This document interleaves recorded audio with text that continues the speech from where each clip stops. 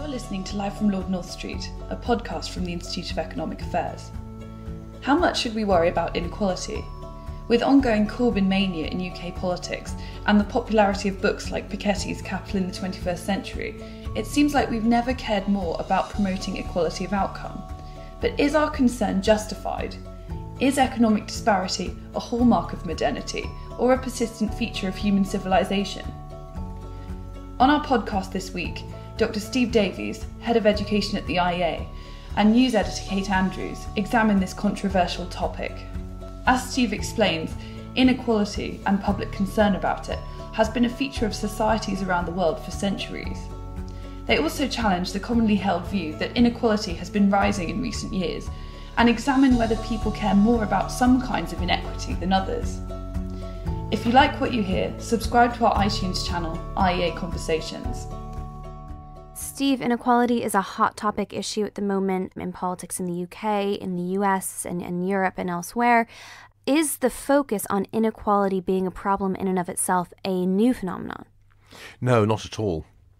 In one sense, it's a continuous concern. Ever since the advent of modernity in the late 18th century, there have always been egalitarians who've claimed that there's too much inequality, that this is something problematic and that we need to do something about it. But it is true that the concern right now is higher than what you might call the continuing norm, but it's not unprecedented in this regard. We have gone through periods of intense anxiety about growing inequality before.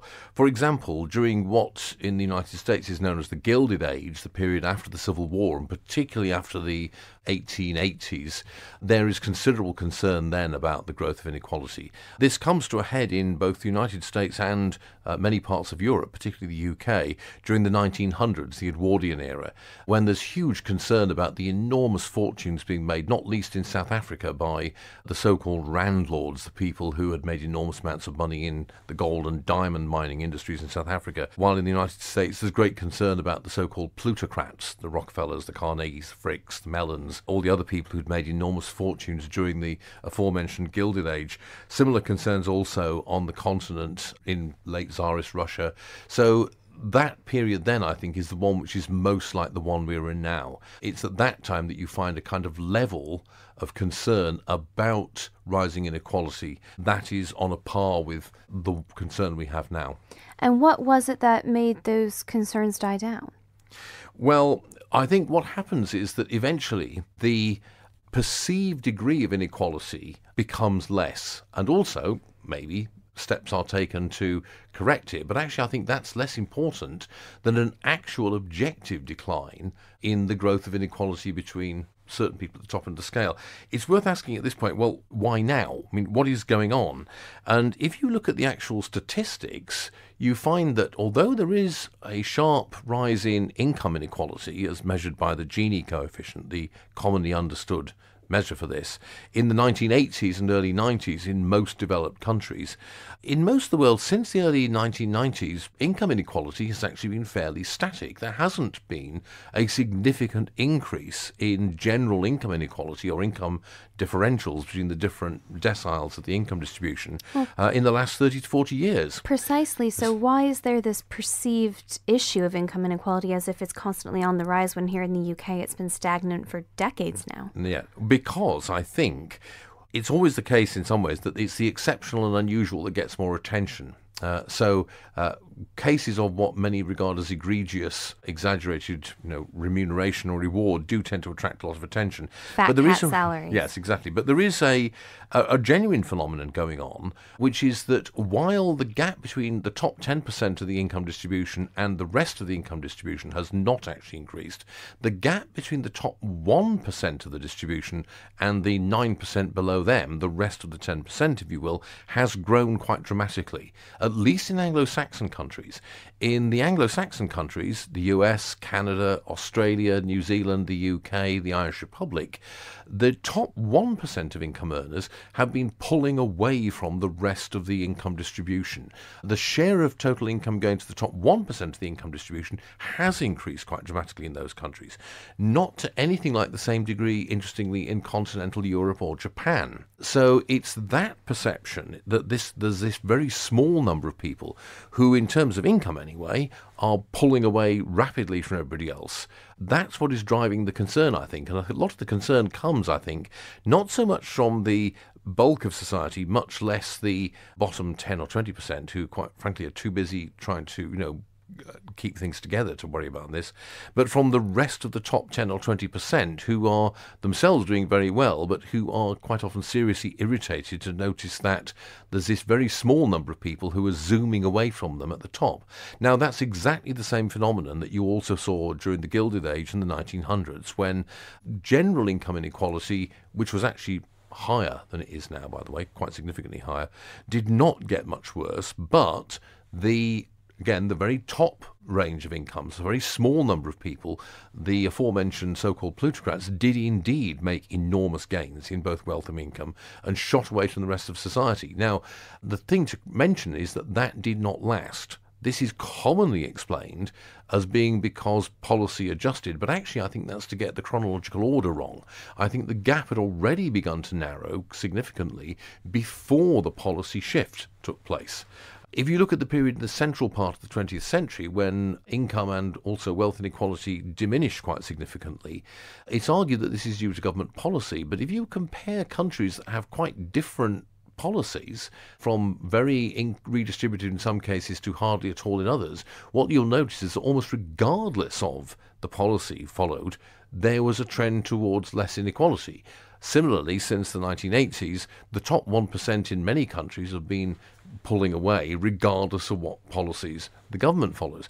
Now, what that suggests is that there's some kind of non-political factor which accounts for the growth in inequality at some periods, late 19th century, late 20th century, and its diminution in other periods. And what do you have any hunches to what that would be? Well, I think there are a number of possible reasons, some of which are general, some of which are particularly peculiar to the Anglo-Saxon countries at the moment, which explain that disparity I mentioned earlier. I think the first thing to notice is that these sharp rises in inequality at the top end of the scale, the emergence of a small number of really big winners who then attract a lot of attention, tends to happen when you're getting major innovations in the way the economy is organised or in technology, which amounts in many ways to the same thing. What you find whenever this is happening, and today it's things like IT, computer technology and science, artificial intelligence and automation, increasingly biotechnology and things of that sort. In the late 19th century, it was things like the electric motor, the advent of oil and all the products that could be taken from oil, the internal combustion engine. These kind of innovations are typically giving very, very high returns when they're first adopted. And so the people, the entrepreneurs who first adopt these innovations, first make use of them, the Rockefellers, but also the Zuckerbergs, if you will, the Steve Jobs of this world, they tend to reap enormous rewards because they have a first mover advantage. And so what you find during these periods of rapid and dramatic innovation is that a relatively small number of people who are in the right place at the right time, have the right personal qualities and insights, or maybe just plain luck, they reap enormous rewards and benefits. Whereas lots of other people who apparently have no real difference from the ones who struck lucky, they're doing okay, but they don't enjoy these enormous benefits. And that's when they then start to feel a bit sore about it. So I think that's the main reason. And that probably helps to explain why people seem to be just much more okay with the idea of an entrepreneur making a heck of a lot of money than they are with a shareholder or someone in senior management who sits on a board. This idea that it can't be luck that gets you to the top. You have to have some special skill. You have to have done something worthwhile. And so if you have those things and you get to the top, then it's okay. Yes, I think that in the British case in particular, which I know something about, the British public seems to make a pretty clear distinction between the rewards that go to entrepreneurs like James Dyson or Richard Branson, which they're pretty relaxed about because they feel that this is actually payback for their genuine innovative creativeness on the one hand, and the rewards given to regular chief executive officers or senior company managers on the other, which they're distinctly not okay about, because they feel, and I think there is some basis for this actually, that in many cases the rewards are not justified in as much as they're not clearly correlated with success or contribution. There doesn't seem to be a clear distinction, they think, between success and failure in this regard. It's worth saying also that there isn't much resentment or opposition to high rewards for pop stars, people in the entertainment business, or professional sports and footballers. Typically, most of the people who moan and complain about the high salaries gained by particular footballers are either supporters of rival teams or, more commonly actually, supporters of the team the player in question plays for, who feel that they're not doing a decent job. Well, quite right. So. But do you think part of this is the more negative connotation that's come around business recently? Because, of course, we know that FTSE 100 CEOs and top CEOs around the world can make or break a company. They can add billions to its value, and they can also erase billions from its value quite easily. Sometimes the decisions they're making won't just make or break the company, but have legal impact as well. They have a huge burden on their shoulders. So it isn't necessarily that these people don't have special skills. They're just not valued as much by the rest of society. I think that's absolutely true. Part of the problem is that the running of very large, complex firms is something which is beyond the experience of most people, and which most people have not that much understanding of. They don't quite realise what is involved in all of this. And I think that a crucial thing here is that the view of most people is that senior managers in large firms are basically functionaries whose job is to run an institution, whereas increasingly senior managers are seen by themselves, and indeed actually are, more like entrepreneurs. That's post-Jack Welch and General Electric. That is the kind of model of the senior corporate executive, that they're disruptors, people whose job is not simply to run the large firm, General Motors or General Electric, on an efficient way at an even keel, but actually to constantly, regularly shake it up, be dynamic, to innovate, to be more like a startup entrepreneur, in fact, rather than the head of an established company. And entrepreneurs are the people who do, in fact, tend to get these very high rewards. And a second reason for why things are particularly prominent at the moment, and that is the fact that there are certain kinds of occupation where the distribution of income has a very pronounced winner-takes-all distribution. As you rightly say, if you think about entrepreneurial corporate executives, for example, there's a small number of people, a very small number globally, who can make or break a company, who can make a huge difference. And those people are in enormous demand, and they can demand a consequently very high salary. Similarly, in football, for example, association football, there's a very small number of players, the Cristiano Ronaldos and Lionel Messis of this world, maybe now the Kevin De Bruynes we would add to that list, who can really make an enormous difference to the performance of the team. But there's not many of them. And the trouble is that most of the time you don't know exactly who falls into that category. Mm-hmm. As soon as somebody's identified as being in that category, they become tremendously expensive. Now, what that means is people, firms, football teams, law firms, filmmakers are constantly taking a punt on somebody, hoping that they are the next special person. And of course, in many cases, it doesn't work out. But what that does is to force up pay more generally throughout that sector. But the phenomenon that I mentioned earlier, of another reason for the phenomenon I mentioned of a very small number of people at the top of the income scale pulling away from everybody else, is also the spread. And this, I think, explains why Anglo-Saxon countries see this more than non-Anglo-Saxon countries, is the spread of occupations in which a pronounced winner-take-all income distribution applies. That's true of law. It's true above all of finance. It's true of the entertainment and leisure business. It's true of organised sport. And increasingly, it's true of chief corporate executives. Now, in all but the last of those categories, you're dealing with areas of the economy which are much more important and significant and carry much greater weight in the Anglo-Saxon countries than they do, say, in Japan or Germany or most of the rest of continental Europe. And that, I think, explains why the gains shared by the 1% are much more pronounced in the Anglo-Saxon countries than they are in continental Europe or Japan, in addition to the more general global phenomenon of a technological shift taking place.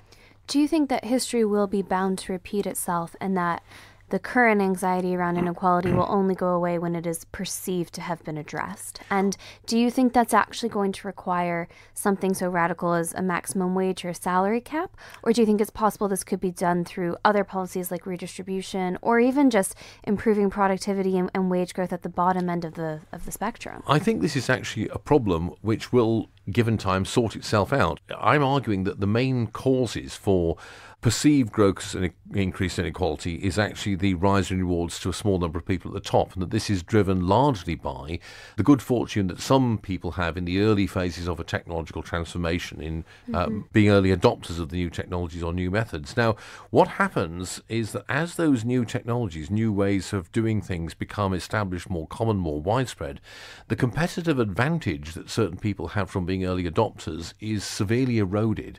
And so the returns, in economic terms, to those new technologies, those new ways of doing business or whatever, they start to become much, much less. And the result is that income differentials actually become compressed. And it's much more difficult for individuals to then make those enormous fortunes. And so that's why, although there are still plenty of entrepreneurial businessmen in the central part of the 20th century, they're not making the kind of enormous rewards that were made by the great tycoons of the Gilded Age. It's not that the environment has changed so much, it's just that the returns to the technology and the new methods are significantly less because they've become more widespread. And at the same time, what will happen is that gradually you will find that the incomes of the people in the lower phases of the distribution will tend to rise, because as the technologies are widely adopted in the productive process, what happens is that they make people who are initially less skilled more productive, and that tends to raise their income. Now, what actually tends to happen, I'm afraid, is this. One of the standard forms of social history is that concern about things typically peaks precisely at the point where the something in question is less and less of a problem. So what I would actually predict is that concern about inequality will continue to grow and will actually peak sometime after the growth of inequality has peaked. So I suspect that actually at some point in the next 20 years, we will start to see an end to the really big fortunes being made in initial technological adoption and lots more competition driving down returns on that new technology. But the concern about it will actually go on increasing for some time after that. And that's why, as I say, what you tend to find is changes in policy actually happening after the phenomenon that they were created in response to has already stopped. But that's actually a very common feature in history. Now, what you don't want to do in this context is to overreact by introducing policies like, say, for example, a pay ceiling or something of that sort, or a maximum wage, which would have disastrous results and would actually be extremely disruptive and very bad for the general working of the market economy. You might think about ways of dealing with the condition of the least well-off, the bottom 20%, and trying to improve their situation, and I think that's an important focus for public policy. What you should not look to do is to salve the irritated and envious consciences of people who are in the top 10% but are annoyed that somebody they went to school with is now earning 100 times more than them. No, we shouldn't be catering to them. Last question, Steve, on the topic of inequality, but also a bit broader as well. To what extent is it reasonable or even good to try to address perceived unfairness, even if it isn't actually the case that something is fundamentally unfair? That's a difficult question. The simple answer would be to say, well, no, you shouldn't do this. What you should actually do is try to persuade the public or the people who believe that there is significant unfairness that this is actually not the case. I suspect that that's a very difficult job for the politicians, though. I suspect that's actually more a job for literary figures, for writers, storytellers and filmmakers, rather than politicians, because, quite frankly, cultural creators like that have much more say in shaping popular perceptions and understandings than do the politicians. The politicians are actually following on from that.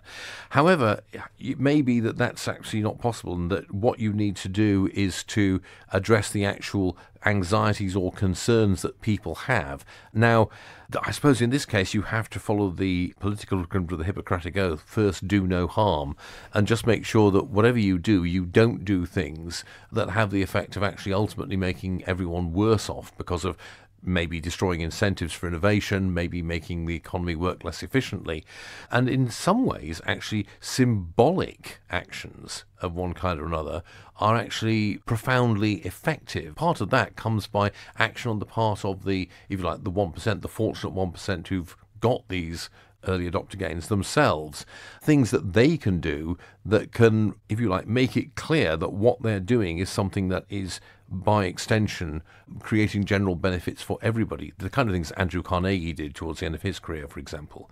So he described in his famous semi-autobiographical works at the end of his life. That is probably more effective than any kind of public policy, given that what we are concerned with here is not so much a well-founded or real concern, but rather a kind of feeling of anxiety or uneasiness about the rewards going to some people, and a feeling that, my God, surely they can't be justified. Nobody is worth that much. And I think the way to address that is not so much through policies, because there's a high risk that you might actually do something damaging and dangerous, but rather through symbolic action. Fascinating. Thank you so much, Steve. For more podcasts, blogs, reports and films, go to our website iea.org.uk.